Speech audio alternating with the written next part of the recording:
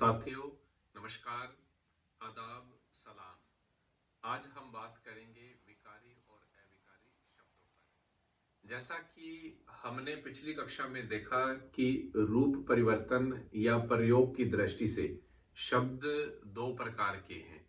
एक है विकारी शब्द और दूसरा है अविकारी शब्द। मैंने ऊपर प्रकरण भी लिख दिया है, विकारी और अविकारी शब्द। यहां मैं लिख देता हूं, रूप परिवर्तन। रूप परिवर्तन या प्रयोग की दृष्टि से रूप परिवर्तन या प्रयोग की दृष्टि से प्रयोग की दृष्टि से शब्दों के दो प्रकार हैं। एक है विकारी शब्द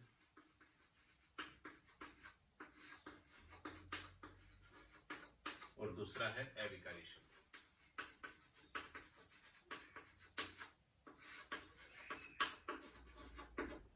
अविकारी शब्द, विकारी शब्द और अविकारी शब्द। विकारी वे शब्द हैं जिनके रूप में लिंग, वचन, कारक, पुरुष, काल आदि के कारण विकार या परिवर्तन हो जाता है। और अविकारी वे शब्द हैं जिनका रूप परिवर्तन नहीं होता, वे ज्यों के त्यों बने रहते हैं। विकारी शब्दों की अगर हम बात करें, विकारी शब्दों के चार भेद हैं। विकारी शब्दों के क्या है? चार भेद हैं। संज्ञा, सर्वनाम, विशेषण और क्रिया। संज्ञा, सर्वनाम, विशेषण और क्रिया, ये चार भेद हैं विकारी शब्दों के। अगर हम अविकारी शब्दों की बात करें तो अविकारी शब्दों के भी चार भेद हो जाते हैं। पहला है क्रिया विशेषण, क्रिया विशेषण। दूसरा है समुच्चय बोधक, समुच्चय बोधक। क्रिया विशेषण, समुच्चय बोधक। तीसरा है संबंध बोधक।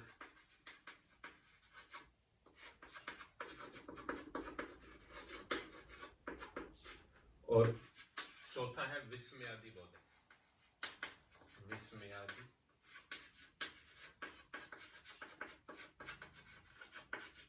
विस्मयादि बोधक। क्रिया विशेषण, समुच्चय बोधक, संबंध बोधक और विस्मयादि बोधक, ये चार भेद हो जाते हैं अविकारी शब्दों के। अविकारी शब्दों को अव्यय भी कहते हैं। क्यों अव्यय कहते हैं? इसलिए कहते हैं क्योंकि इनका व्यय नहीं होता। ये न तो घटते हैं शब्द और न ही शब्द ये बढ़ते हैं, वैसे के वैसे ज्यों के त्यों बने रहते हैं। जैसे मोहन, अगर हम संज्ञा या नाम की बात करें, संज्ञा शब्दों की बात करें, तो मोहन शब्द है, तलवार शब्द है, प्रयागराज, व्याकरण, क्रोध आदि शब्द क्या है? संज्ञाएं हैं या नाम है।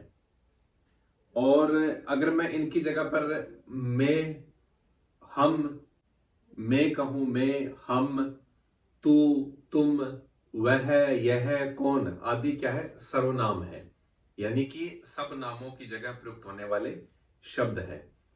अब मोहन की अगर हमें विशेषता बतानी हो तो उसके लिए भी कई शब्द हो सकते हैं। जैसे सुंदर शब्द है, समझदार शब्द है, गोरा, अच्छा, मूर्ख, काला या बुरा, ये सब क्या है? विशेषण है। अगर मैं ये कहूं कि मोहन चलता है, तलवार काटती है, या प्रयागराज जाना है, कोई पूछता है। अब इन वाक्यों में चलता है, काटती है, जाना है इत्यादि क्या है? क्रियाएं हैं। अब क्रिया की विशेषता बताने वाले भी कई शब्द हो सकते हैं। जैसे मोहन जोर से बोलता है, या छुरी जल्दी जल्दी काटती है, तलवार जल्दी काटती है, या मैं कहूं कि वह सामने पड़ा है, इन वाक्यों में अगर जोर से, जल्दी या सामने इत्यादि क्या है, क्रिया विशेषण है।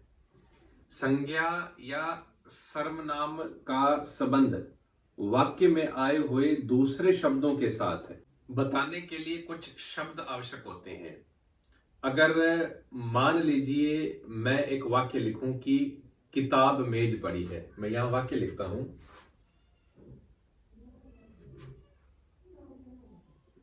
यहां लिख देता हूं कि किताब किताब मेज पड़ी है। अब इस वाक्य में कोई सार्थकता नहीं है, इस वाक्य में क्या है, कोई भी सार्थकता नहीं है। या मैं ये लिखूं कि गाय मकान खड़ी थी, गाय गाय मकान खड़ी थी, इस वाक्य में भी कोई सार्थकता नहीं है, कोई भी क्या है, सार्थकता, ये वाक्य सटीक नहीं है, सही नहीं है।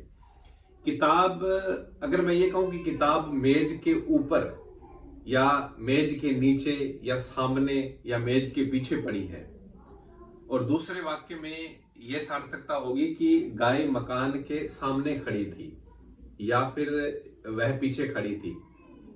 तो अगर हम के नीचे, के ऊपर, के पास, के सामने, के पीछे आदि शब्दों का उपयोग वाक्य में करते हैं तो वो क्या है, संबंध बोधक अवयव के नाम से, संबंध बोधक अवयव के नाम से जाने जाते हैं। कभी कभी अनेक शब्द या वाक्य इकट्ठे हो जाते हैं तो उनको ऐसे शब्दों से जोड़ दिया जाता है जिन्हें समुच्चय बोधक अव्यय या फिर योजक कहते हैं।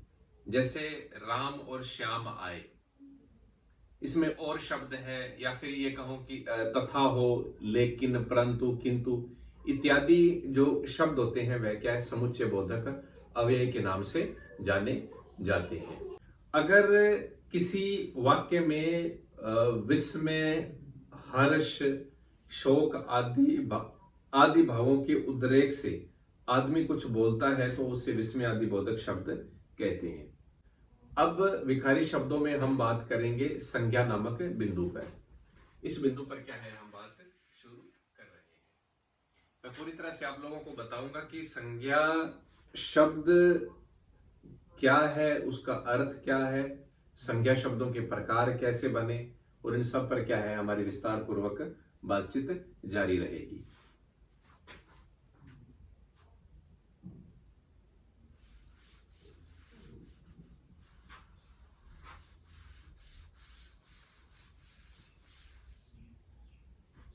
विकारी शब्दों में पहला हमारा बिंदु है संज्ञा। क्या है, संज्ञा। देखो, संज्ञा शब्द की अगर हम बात करें, इस शब्द का अगर मैं विभाजन करूं तो इसके स के साथ क्या है, अनुस्वार लगा हुआ है, और उसके बाद है संयुक्ताक्षर का प्रयोग है। देखो, इस शब्द को भाषा विज्ञान की दृष्टि से ये जो शब्द का जो उच्चारण है वह संज्ञा हो जाता है। क्या होता है, संज्ञा। देखो, जो ज्ञा शब्द है ये जय, सही तरीके से जो उच्चारण है इस शब्द का वो जय होता है। इसमें जय और अनय दो शब्दों का क्या है, दो वर्णों, तीन वर्णों का मेल है।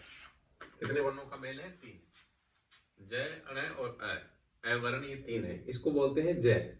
अगर हम भाषा विज्ञान की दृष्टि से बात करें तो ये शब्द क्या है, संज्ञा होगा। क्या होगा, संज्ञा। तो संज्ञा या संज्ञा, लेकिन अब की जो एनसीईआरटी की जो पुस्तक है उसमें क्या है, ये जो शब्द है उसमें ज्ञा लिखा हुआ है। क्या लिखा हुआ है, ज्ञा। यानी कि लोक व्यवहार की दृष्टि से ये क्या है, ज्ञा शब्द है। तो इसको क्या है, संज्ञा कहें या संज्ञा कहें, एक ही बात है। संज्ञा या संज्ञा शब्द की अगर हम बात करें तो वस्तु के नाम को संज्ञा कहते हैं। वह वस्तु जिसका अस्तित्व हो या जिसके अस्तित्व की कल्पना की जा सके, संज्ञा क्या है, संज्ञा वस्तु के वस्तु के नाम को संज्ञा कहते हैं। कैसी वस्तु? ऐसी वस्तु जिसकी कल्पना की जा सके, जिसकी कल्पना की जा सके,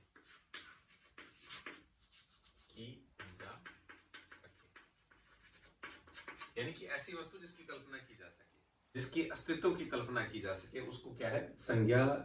उस वस्तु के नाम को हम क्या है? संज्ञा कहेंगे। अब देखो, संज्ञा शब्द की अगर हम बात करें तो संज्ञा जो शब्द का उपयोग है वह वस्तु के लिए नहीं होता है। बहुत बड़ी बात है कि संज्ञा शब्द का उपयोग, संज्ञा शब्द का उपयोग वस्तु के लिए नहीं होता, वस्तु के लिए नहीं होता है। तो उपयोग किसके लिए होता है? उस वस्तु के नाम के लिए संज्ञा शब्द का उपयोग होता है। जैसे मेरे पास एक पुस्तक है, जैसे ये किताब है मेरे पास, तो इस किताब की अगर हम बात करें, इस पुस्तक की अगर हम बात करें, तो ये जिस कागज पर यह पुस्तक छपी है वह कागज संज्ञा नहीं है, वह तो पदार्थ है। पर वह कागज शब्द जिसके द्वारा हम उस पदार्थ का नाम सूचित करते हैं उसे क्या है? संज्ञा हम कहेंगे। उसको क्या कहेंगे? संज्ञा हम कहेंगे। यानी कि पदार्थ का नाम सूचित करने वाले, पदार्थ का नाम सूचित करना, पदार्थ का नाम सूचित करना, उस पदार्थ का नाम जो सूचित होता है उसे क्या है? हम संज्ञा कहेंगे। क्या कहेंगे? संज्ञा कहेंगे। अब बात आती है संज्ञा के भेदों की। संज्ञा के भेद, संज्ञा के भेद। देखिए, मेरे कमरे की अगर हम बात करें तो मेरे कमरे में कई सामान्य वस्तुएं हैं जो प्राय सब घरों में होती हैं। हमने इनके अलग अलग नाम सुनिश्चित कर रखे हैं, जैसे मेज है, कुर्सी है, पलंग है, चारपाई है, चादर है, या खिड़की है, दरवाजा है, छत है, या दीवार है। तो इन सब के क्या है? नाम सुनिश्चित किए गए हैं। दूसरी भाषाओं में इनके अन्य नाम है, किंतु ये वस्तुएं आम है। ये वस्तु क्या है? आम है, और इनकी गिनती लाखों में, करोड़ों में हो सकती है। क्या है? और इनको गिना भी जा सकता है। ऐसी वस्तुओं के नामों को जिनसे एक ही प्रकार की बहुत सी वस्तुओं या पूरी जाति का बोध होता है उसे क्या है? जातिवाचक संज्ञा कहते हैं। अब मेरे कमरे की जो वस्तुएं हैं वे आपके कमरे में भी होंगी, मेरे और आपके पड़ोसियों के कमरे में भी होंगी, इस शहर के या दूसरे शहर के असंख्य लोगों के पास ये क्या है? वस्तुएं हो सकती हैं। अगर हम परिभाषा की बात करें, पहला जो भेद है इस संज्ञा का वो क्या है? जातिवाचक संज्ञा है। अगर जातिवाचक संज्ञा की परिभाषा की अगर हम बात करूं,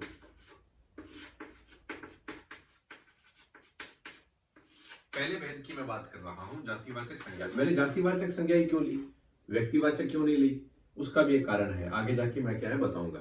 कि जातिवाचक संज्ञा की अगर हम परिभाषा की बात करें कि जिस संज्ञा से किसी जाति के संपूर्ण पदार्थों का या उनके समूह का बोध हो उसे जातिवाचक संज्ञा कहते हैं। जिस संज्ञा से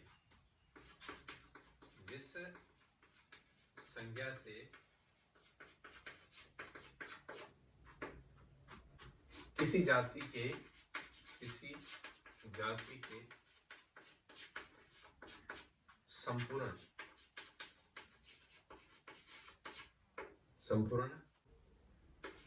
पदार्थों का या उनके समूह का, पदार्थों का या उनके समूह का बोध हो,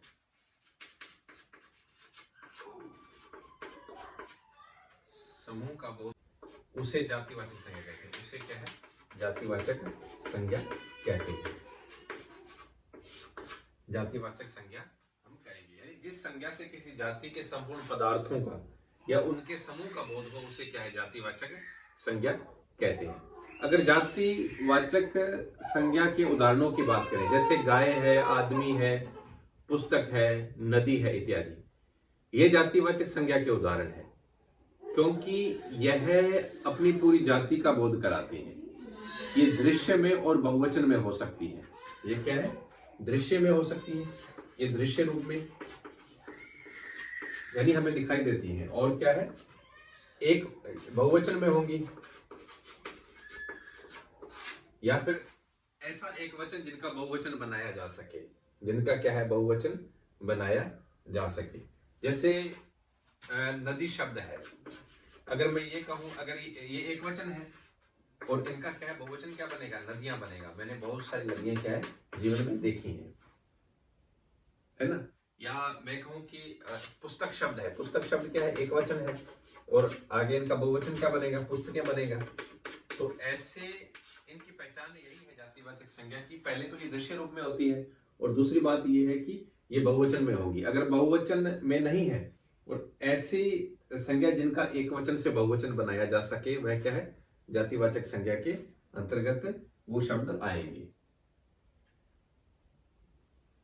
तो फिलहाल आज की कक्षा के लिए इतना ही। आगे हम संज्ञा पर और बात करेंगे विस्तार पूर्वक। तब तक के लिए मुझे इजाजत दीजिए। नमस्कार।